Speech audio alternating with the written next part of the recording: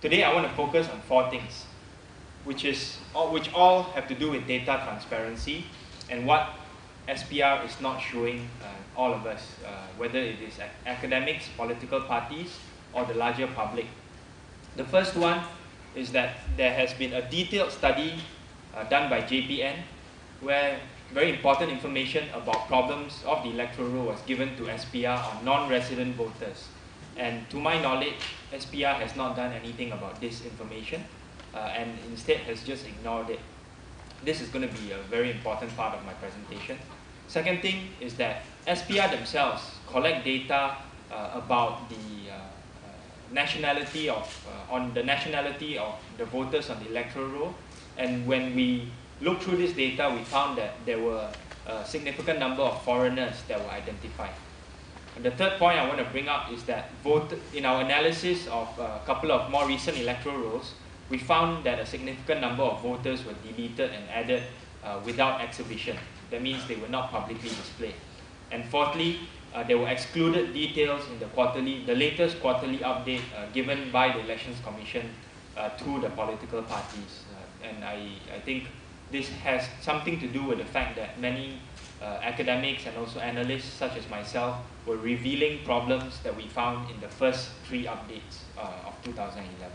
Okay, so the first one, okay, this is a fairly I think important point, which is I think this has not been brought up in public before, which is the fact that our National Registration Department, or the Jabatan Pendaftaran Negara, conducted a comprehensive comparison of the electoral roll in 2002 with JPN's own database. All right, this was done for all the 11 states as well as Kuala Lumpur, in all the 11 states in Peninsular Malaysia as well as Kuala Lumpur. So, for example, you can see here on the right-hand side, this is a disk of what was done by JPN. This division called Bahagian Perkhidmatan Sistem Negara in JPN, and this project is called Project SPR, and this is Negeri Selangor. Okay, so just to show that this is not something that I just made up myself, I have disks of all the 12 districts, 11 in Peninsular Malaysia as well as Kuala Lumpur. Right? I hope this information is not OSA, but this study was done in 2002, and I've been keeping this analysis and looking at it over the past 10 years or so. All right, so this is an important analysis which I will talk about today. What JPN did was they compared the IC addresses of all the voters that were in SPR's database during that time, and then they compared it to the voting constituency of all these voters to see whether there was a match or not. So, for example, if your address is in, let's say, Section 5 Petaling Jaya, then that's your IC address. Then if your voting constituency is not Bukit Gasing at the Dun level or PJ Selatan at the parliamentary level, this study will take your name out and highlight your name. Right? So this is an important study because it shows the number of non-resident voters, which means people whose IC address are different from their voting constituency. And the assumption here is that there is a possibility that the people who are, whose IC address is different from their voting constituency can be considered as non-resident voters, right? Which is a contravention of the Federal Constitution, Article 119, Section 1B. Okay. Okay, so this is a sample of analysis from this project. For example, you can see here, this is the new IC, the name of the person, the address of the person. These are all addresses in Perlis, but these people are actually registered in KL. Okay, this is IC addresses for people who IC addresses are in Perlis, but they are registered in KL. Let me show you another example of how complete this database is. This is for all the states I mentioned. Let me show you one that's Kedah. This is berdaftar di luar kawasan, right? So this is an example only for Kedah. All the files are here, right, for each parliamentary constituency. Let me just pull out P004 Langkawi, okay? This is data from Langkawi. We can see the names of people who have IC addresses in different parts of Langkawi, right? But they are registered in other places within Kedah as well as outside Kedah. So for example, you can see Tapa, Pokok Sena, Dungun, Subang. So this is a very complete database, and it is one that was done specially by JPN for SPR before the change in the elections registration system in 2002, whereby you had to register according to, you had to be registered in the constituency that your IC showed, right? I think during this time, SPR wanted to get a sense of how many voters did not actually have IC addresses that corresponded to their voting constituency. And I think they asked JPN to conduct this study. The study was done. All this information was given to SPR. Okay? These are the numbers. Okay. What I found when I analyzed all the numbers was that 3.1 million voters, or 37% of voters, this was during, I compared it to the 2002 electoral roll, and there were 8.33 million voters in the electoral roll for Peninsular Malaysia. So 3.1 million constituted 37% of voters were registered in a different constituency compared to the IC address, right? This is not something that I plucked out of thin air. This is an analysis based on the Excel files that you saw just now, right? So you can see it divided according to the different states here. The total is I rounded up to 3.1, but it's actually 3,082,482, right? Which meant that 37% of voters can be considered as non-resident voters according to Article 119(1)(b) of the Federal Constitution. This does not mean that all these voters are necessarily quote-unquote phantom voters, because you might have a case where someone lives in PJ with his parents and then move to, let's say, Subang, but still maintains his voting record in PJ, right? But the person is actually living in Subang now. But these are possibilities where these people would fall into the category of non-resident voters. I did a further analysis whereby I took out those voters whose IC addresses were in a different state compared to their voting constituency. That means, let's say your IC address is in Selangor, right? But your voting constituency is in Terengganu, right? Which means that you perhaps live in Selangor, but you vote in Terengganu, right? This would be a much clearer example of non-resident voters. And what I found was that there were about 773,000 voters who fell into this categorization, which meant that about 9% of voters were registered in a constituency in a different state compared with their IC address, right? So these, I think, are pretty significant numbers, definitely much more than the 42,000 that Tan Sri Aziz talked about in his interview with Sinchu Daily, right? So what did SPR do with this data? As far as I know, nothing, right? No attempt was made to rectify the problem of non-resident voters. And I think this is a very serious problem because for those of you who perhaps covered politics before 2002, there were very lax rules before the new registration system about how new voters could be registered. For example, no proof of residence was required, and one of the results of this, so for example, politicians could easily bring their friends, get the sort of like details and IC numbers of their friends, and no matter where they live, and then register these people in his or her constituency, right? And this, one of the results of this is that in the latest PSC electoral report on electoral reform, you found that MIMOS found quite a number of cases whereby you had house numbers that had over 50 people registered to a single address. This is because of the lax rules pre-2002, and this is a sort of like an indication of the extent of the problem of non-resident voters that was identified by JPN, and the data was given to SPR in 2002, right? The result was that many politicians, especially those with resources, packed their district with supporters, a significant number of whom were not residents of their constituency, right? So, for example, the MIMOS analysis is broken down as such. For most of you, you would have seen some of the data associated with house numbers that had 50 to 100 voters registered in them, and those which had over 100. But MIMOS also analyzed and found a number of houses with between 11 to 20, as well as 21 to 50 voters in them.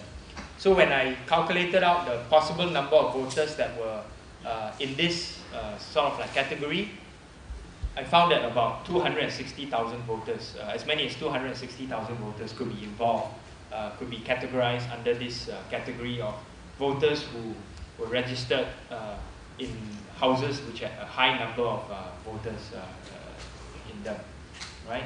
So this is a manifestation of the problem of non-resident voters. The next problem that we identified was this issue of foreigners.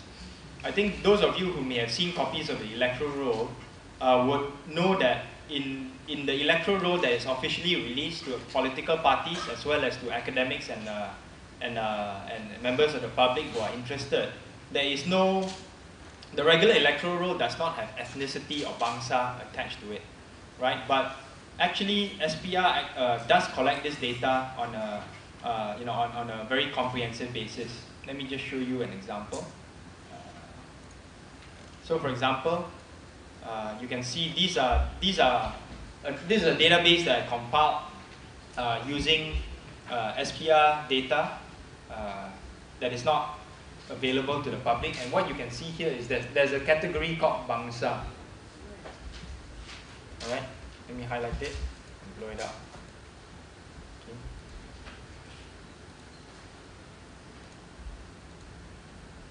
Right here.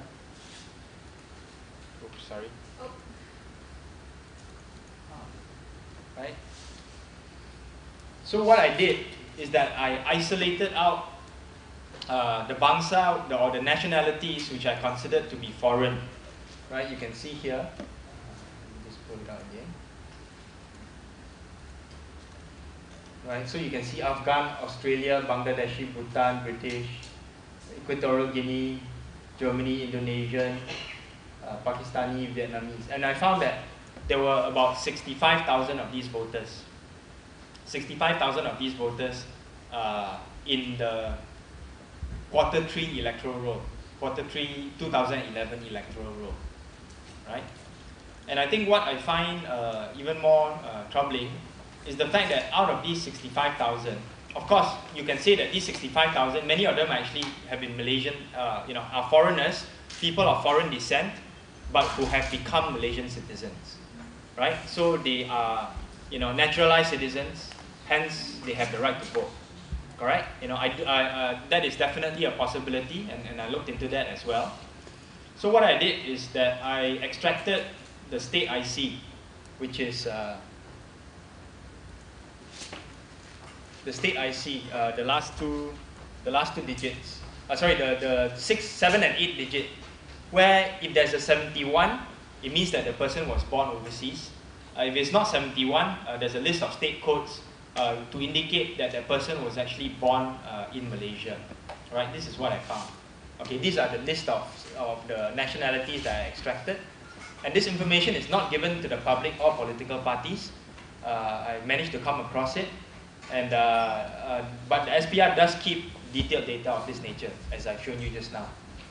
And what I found was that among the 65,000 people with foreign bangsa on the electoral roll, 90% of them had Malaysian-born IC numbers. That means their 7 and 8 digit is not 71, or not any digits that are associated with being born in a foreign country.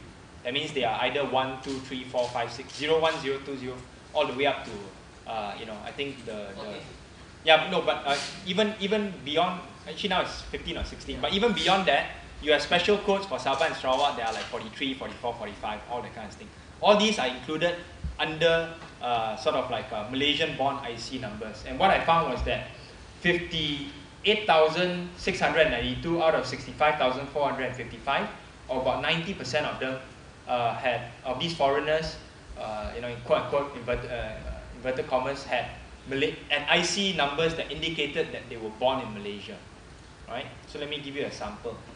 This sample that I took from Sabah. If you look at this, Sabah is actually the most problematic state, right? With about 50,000 voters that are considered foreigners. Out of these 50,000, about 48,000 or 97% had Malaysian-born IC addresses, right? And we all know that Sabah, the case of illegal immigrants given Malaysian ICs was something that has been well documented over the past 15 years or 20 years. And I think this is a manifestation of this problem. The fact that there are a lot of foreigners on the Sabah electoral roll that had ICs which indicate that they are actually born in Malaysia, right? So this is an example. This is the parliamentary seat of Kudat. These are the names of voters that Bangsa indicated that they are Filipinos, right? And this, you can see the 6 and 7 digits, they are all not 71, right? So this is 12, 12, 12, 12, 12, 12, 12, all indicating that they are born, they were born in Sabah itself, right? And if you look at the numbers here, all these voters are relatively old voters, right? They are all born before 1980, right? And one thing that I found about these voters is that all of them don't have IC Lama. Whereas if let's say you were born before 1980, you would have an IC Lama associated with you, associated with your new IC.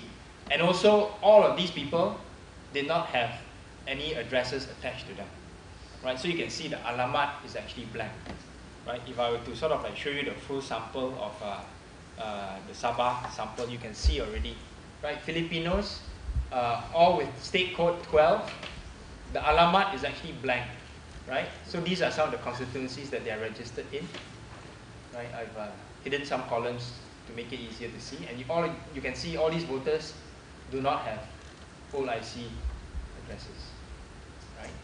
And most of these voters were registered in the 1990s when the accusations of Project IC being quite widespread were quite well reported and documented during that time. Okay, definitely you can be Filipino and Malaysian born, but the question is, why would your bangsa be Filipino or Indonesian or Australian or Afghan, right? Is there data which the EC is collecting for other tracking purposes other than just indicating your ethnicity or nationality, right? Are they trying to track certain voters who may be problematic or who had a problematic history of being, how shall we say, illegally registered or being given ICs illegally, right? So I'm not saying that all of these are problematic voters, but I think the possibility of them being problematic voters indicated by some of these problems that I talked about, the fact that their bangsa is not Malaysian, the fact that they show IC addresses that are born in Malaysia, the fact that they have no old IC numbers, and the fact that they have no addresses associated with them, and also the fact that they were registered, a lot of them, during the 1990s.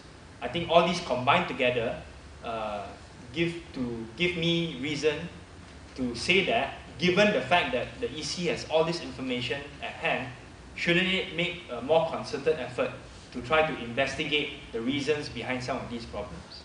The third thing that I want to talk about is deletions and insertions in the electoral roll that do not go through the public display process, right? So in every quarter, the Elections Commission publishes what they call RDPT, Rang Daftar Pengundi, what's that? Temporary. Can someone remind me again? RDPT. Do you all remember what it stands for? Rang Daftar Pengundi Tambahan. Yes, Tambahan is the addition to the electoral roll that is given every quarter and is on public display. The three things that are shown in these quarterly updates is the people in list A are the people who are newly registered voters. The people in list B are those who have changed addresses into a certain constituency, and the people in list C are those who have been deleted from that particular constituency for various reasons, right? So this is what my team did. We looked at the DPI Daftar Pendaftar Indo, which is the base electoral roll from 2008 and from quarter 3 2010. Sorry, quarter 4 2010, December 2010, right? And this is what we found. These were voters, for example, who were found in 2008 and 2010. And then we could not find any records of them being deleted. But when we looked at the 2011 quarter 3 electoral roll in September, their names couldn't be found anymore, which means that they were removed without display. These were about 100,000 cases. No, it's not even died, because if you die, you should appear on the electoral roll. You should appear on list C, not like COFHA, right? Then we looked at those which didn't appear in 2008, but appeared in 2010, and then didn't appear in quarter 1, quarter 2, quarter 3, and then disappeared from the electoral roll. Smaller number of cases, about 6,000 cases. So it adds up to be about 106,000. And the other thing that we looked at was the unknown additions, where they didn't appear in the 2008 electoral roll, neither did they appear in the 2010 electoral roll, neither did they appear in the supplementary electoral roll, quarter 1, quarter 2, quarter 3, and then we found them in the quarter 3 2011 electoral roll. There were about 6,762. Right? So you add up these two cases, it would add up to about 112,000, 113,000 cases, right? And this is just analyzing 3 quarters and 2 electoral rolls. We haven't done this kind of analysis for those that are in between these 2 quarters. You know, those that have been illegally deleted or deleted without exhibition or public display between these two time periods, right? Any questions on this? If not, I'll move on to the last one, which is related to this particular issue. Right, so for every quarterly update, there's comprehensive information that's provided by the Elections Commission. Right? As I said, list A, pendaftaran baru, list B, pertukaran alamat, list C, pemotongan. And under pemotongan, it's very important to highlight the fact that the Elections Commission used to give, at least from quarter 1 to quarter 4, the reasons for deletion, such as death, changing of address, loss of citizenship, entry into the police or army, right? I'll give you an example of the analysis that we've done.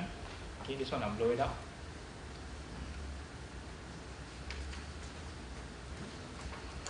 Okay, so you can see, for example, pendaftaran baru, okay, this is the number. Pertukaran alamat, this is the number. And then penandangan pemotongan, because they have changed addresses, this is the number. Both numbers should correspond now, but somehow for this particular quarter it didn't. And then you can see the different reasons why these people have been taken off the electoral roll. Because of death, because they've lost their status as a pengundi post, because they've retired as a police or army, because they've lost their citizenship, because they've entered into the army or the police. I don't know what these are. Cases are relatively small, so I put them aside. Right? So this is from quarter 1, this is from quarter 2. Again, you can see the different codes that are given. Here, you see the numbers here, actually, they correspond. 77,000 tukar alamat, and then these were those that were deleted because they've changed their voting addresses. That's about 20,000, and then so on and so forth. Right? Okay. This is from quarter 3. You can see the numbers for deaths. The numbers for death, kematian, has actually decreased quite significantly to 449. My suspicion is because not all the deaths were listed out in this particular electoral roll. And then this 42,000 figure, I think, is what awam diragui, which is the figure that has been quoted by the Elections Commission, that they have these voters on the electoral roll, but you cannot find them on the JPN database, right? So this is quarter 3. You can see a lot of details that are given. This is for quarter 4. Right? Pendaftaran baru, pertukaran alamat, and then penanda pemotongan, which corresponds to pertukaran alamat, and that's it. No other details about other people that have been taken off the electoral roll, including voters who have died. And definitely no information on things like people who have masuk tentera, masuk police, you can see relatively high number here in quarter 3, right? And I suspect it's because when the Elections Commission released data like this, we actually went into the database and looked at those who have masuk tentera, masuk police. And what we found were that there were a number of voters here who had entered into the army and police who were above the entry requirement age. That means they were over 30 years old for the army and police. And these are some of the problems I highlighted before in my previous presentation with per se. Right? So you can see, why did the EC actually exclude this kind of information from the 4th quarter? Right? Is it trying to hide something or tell us or prevent researchers such as myself from finding out more about who has been added and more importantly in this case who has been deleted from the electoral roll? Okay? So what is, in terms of data transparency, what is SPR not showing us? Okay? It didn't tell us didn't tell us that JPN actually provided information about 3.1 million voters with IC addresses that are not in their constituency. And out of these 3.1 million, about 800,000, 770,000, I rounded it up, with IC addresses not in the same state as their voting constituency. Right? That's the first point. Second point is that the foreigners on the electoral roll were not investigated. Right? Even though they have data, 65.5 thousand in Malaysia, out of which 58.7 thousand had Malaysian born, IC numbers that indicated that they were Malaysian born. Right? And some of these had some of the problems that I showed just now. No house addresses. They were mostly registered in the 1990s. They are mostly, I would say, 35 years and above, which gives some indication that perhaps their parents may not have been, they may not be the age where they had parents who, were foreigners, but perhaps became Malaysian citizens and they were born in Malaysia, legitimately. Right? Voters that were added and deleted from the electoral roll without display, 106,000 unknown deletions and 6,700 unknown additions. And finally, excluded reasons and voters were deleted from the quarter 4 electoral roll. Right? So if we add up the cases that I found here, together with the cases that I found in my first interim study, that there are at least 3.4 million cases which need further investigation. Again, I'm not saying that all these are potentially phantom voters or are phantom voters, right? But these need further investigation. Definitely does not indicate that we have the cleanest electoral roll in Malaysia. These 3.4 million cases represent 27% of the current electoral roll of about 12.6 million voters.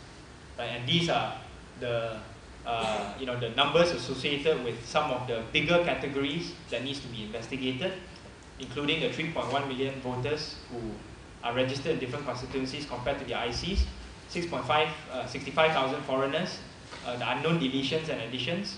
This is what I found from the previous interim study, 65,000 voters who are aged 85 and above, almost 16,000 voters whose IC number shows a different gender from SPR's own records, 4.5 thousand spouses of police who are registered as postal voters, even though spouses of police, unlike spouses of the army, are not eligible to be registered as postal voters. And this analysis does not include things like houses with a high number of voters, voters with no house numbers in urban areas like Selangor and KL, double registration, potential double registration of postal voters, army and police postal voters above retirement age. I've not calculated the exact numbers of these particular problems yet, but it will definitely add to the number of cases that need to be investigated.